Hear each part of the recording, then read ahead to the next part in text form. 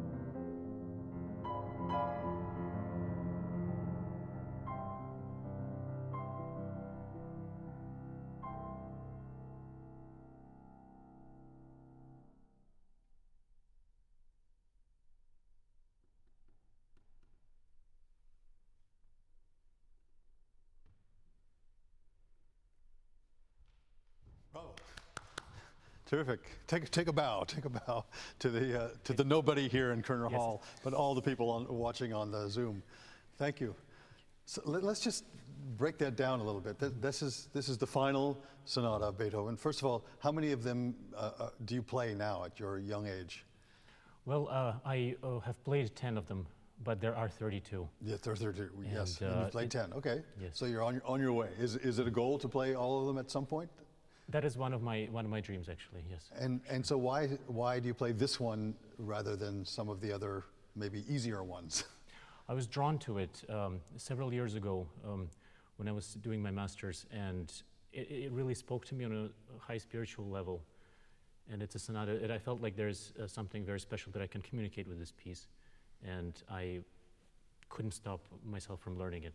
Have you played it publicly, the whole sonata? Yes. Yeah. Mm-hmm. It always strikes me, I mean, we know it's his last one that he wrote. We know that, what condition his hearing was in when he wrote it.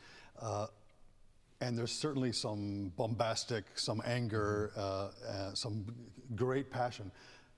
But then it flips on a dime, and we get this little kind of phrase that's just playful and kind of back to his earlier sonatas. And how is that, as a player, to jump back and forth between these kind of moods of playfulness and then deep, kind of soulful passion? It's a tremendous journey. It takes incredible discipline to prepare something like this. As an artist, as a pianist, we have to, much like actors, we have to internalize the emotional spectrum of the piece, and we have to be able to switch between these characters extremely quickly. And do you do a lot of research into Beethoven's life, or do you kind of internalize it from your own life and figure out, well, that was going on with him in 17, whatever it was, but now in my life, I can understand that yin and yang of the piece from my own experiences. I'm not going to ask you which experiences they are, because that's your business. It's not my business.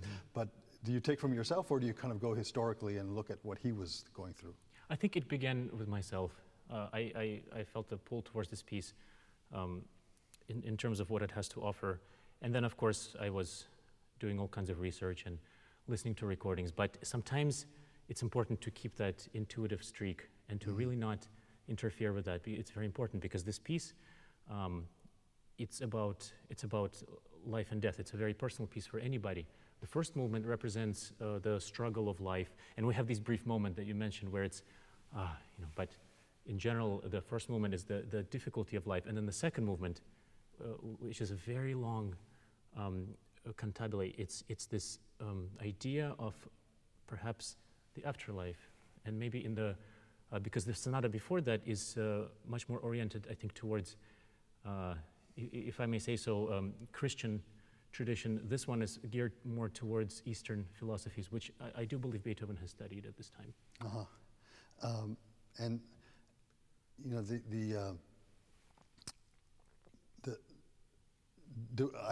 I should know this maybe, but is there a record of him playing this, or literary accounts of him playing this, and do you look at those and look at tempo markings from back then, or do you listen to the hundreds of other people who have recorded it, from Rubinstein to Horowitz to Richter to Stuart Goodyear, and kind of figure out, well, that's tempo marking on this person, tempo marking on that person, and now I have to listen to them all and find my own? The tempo markings are really personal suggestions. We know that Beethoven wrote sometimes very surprising tempo markings that are either extremely fast or extremely slow, and there are theories out there that actually the approach to the metronome was 2 beats per beat rather than 1 beat, which makes everything twice as slow.